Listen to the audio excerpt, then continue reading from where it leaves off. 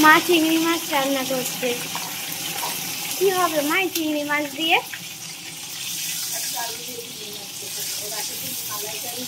আগের দিন এই চিংড়ি মাছের মালাইকারি হয়েছে, আজকে হবে আলু দিয়ে একটা কষা টাইপের কিছু হবে হয়তো। এই যে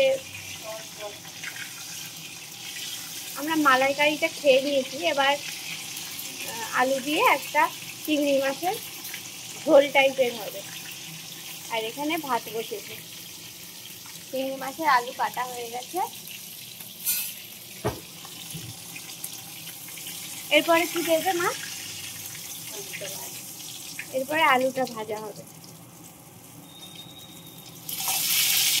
এরপর আলুগুলো ভাজা হবে।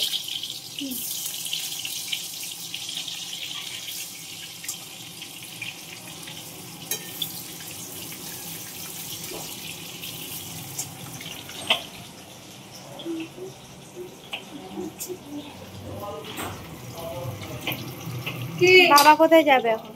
কেন তোমার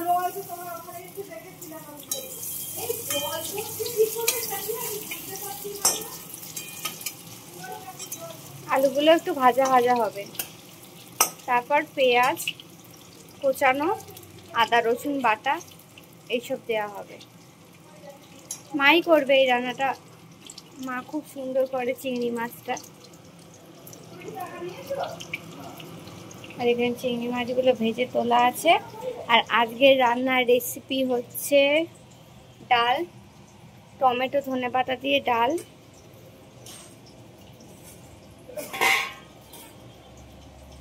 বেগুন ভাজা,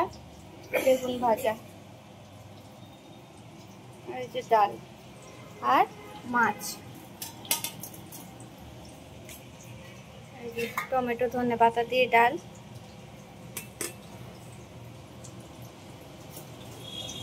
বেগুন ভাজা, মাছটা হবে। তো চলো দেখতে থাকো ভিডিওটা, তারপরে কি কি হয়। আর এখানে ভাত হচ্ছে।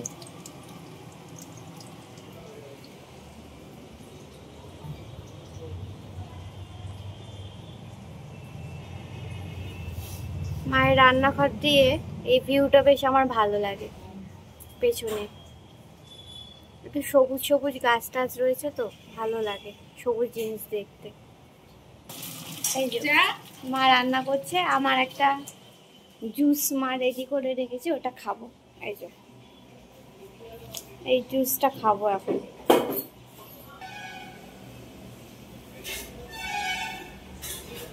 জুসটা খেয়ে নি বসে বসে।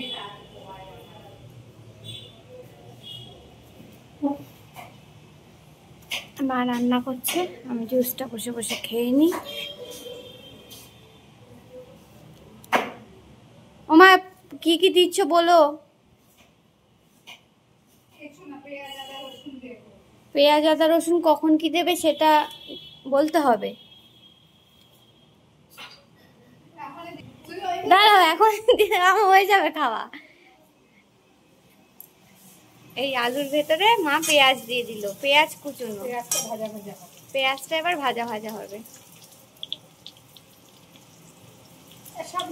বাবা বাজারে যাচ্ছে,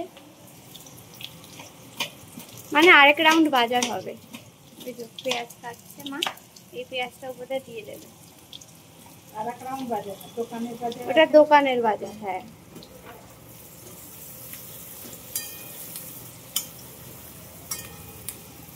দিয়ে দাও।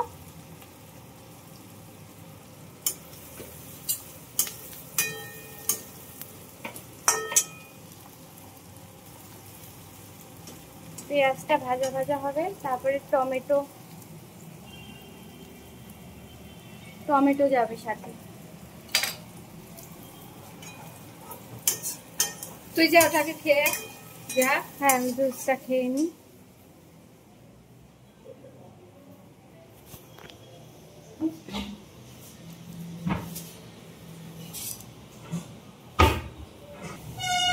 ভালো তিতো, খাওয়া যাচ্ছে না, ভালো তিতো।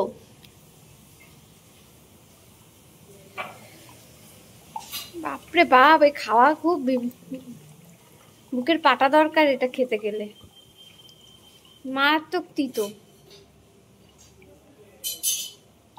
তোমার টমেটো দেওয়া হয়ে গেছে?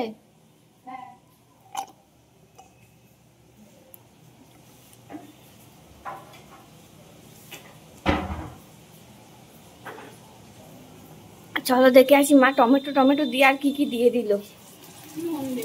টমেটো দিল, তারপরে নুন দিল, টমেটোটা গলতে সাহায্য করে।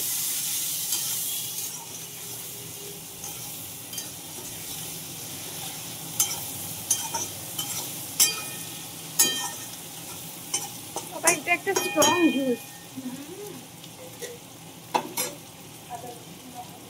এরপরে আদা রসুন বাটা যাবে। ভাত করছে,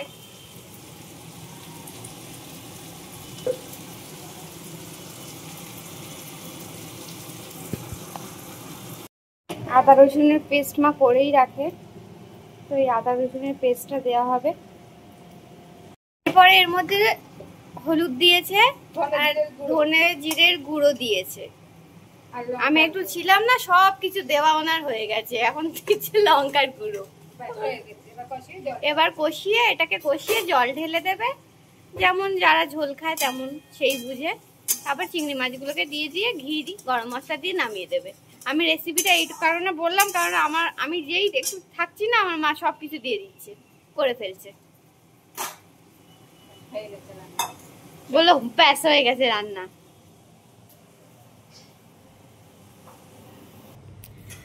এখন আমি উপরের ঘরে বিছনা তুলতে যাব, তো বিছনাটা তুলে আসি।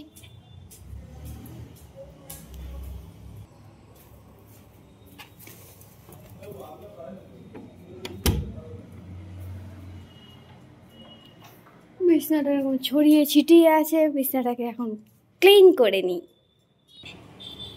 সবার লাস্টে যেহেতু আমি উঠি, তো এই কাজটা আমারই করতে হয়, বিছনা তোলা কাজটা, কারণ সবার লাস্টে আমি উঠি ঘুম থেকে। কটায় উঠি বলা যাবে না, ধরে নাও দুপুরবেলা। তো আমি বিছনাটা ক্লিন করে তোমাদেরকে দেখাচ্ছি। বিছানা গোছানো কমপ্লিট হয়ে গেছে আমার। কিছুই না, বিছানাটা একটু টান টান করে দিয়েছি, চাদর যেটা পাতা ছিল সেটাই পেতে রেখেছি। তো এই যে আমার বিছানা গোছানো কমপ্লিট।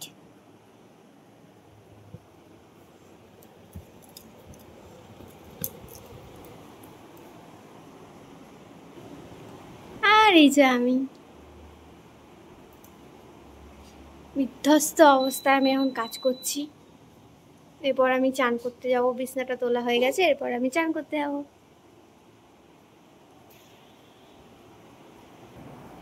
ঘর গোছানো কমপ্লিট।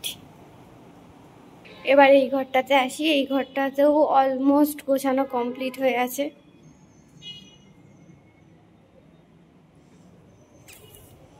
এখনো বাজার বসেই আছে, বাড়ির সামনে এখনো বাজার বসে আছে।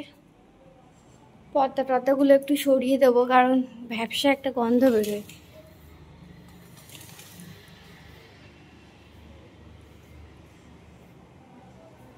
যে আমার ভাই,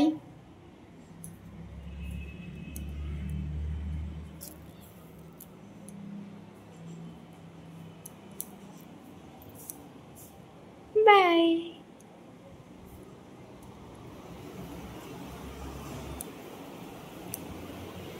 আরেকটা ঘর দেখে আসি গোছানো হয়েছে কিনা। মানে ওটা আমি করিনি, ওটা মাই গুছিয়ে গেছে। আমার শুধু যেখানে আমি খাটটাতে শুই, ওই খাটে যেহেতু বেলা করে উঠি, তাই জন্য আমাকে বিছনাটা তুলতে হয়। এই খাটটাও অলমোস্ট গোছানো, একটু কোচকানো আছে, টান টান করে দেবো।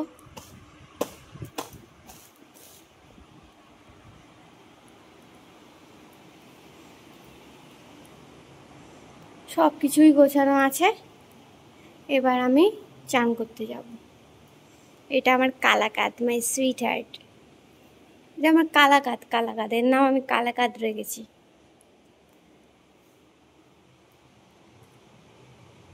আর এই যে আমার মেকআপ বক্স,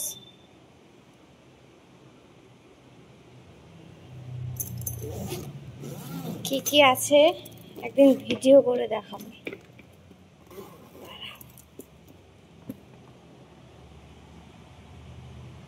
অনেক কিছুই আছে।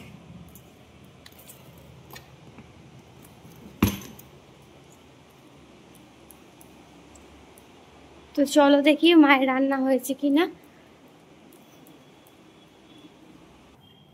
হ্যাঁ, মায়ের রান্না হয়ে গেছে।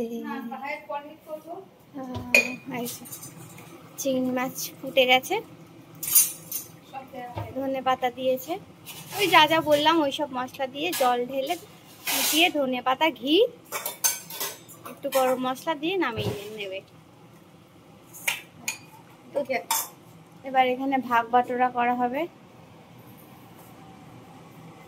তো এবার আমি চান করতে যাই। আর আজকের ব্লগটা যদি কিছু ভালো লেগে থাকে তাহলে একটা লাইক করে দিও, কমেন্ট করো আর শেয়ার করতে ভুলো না।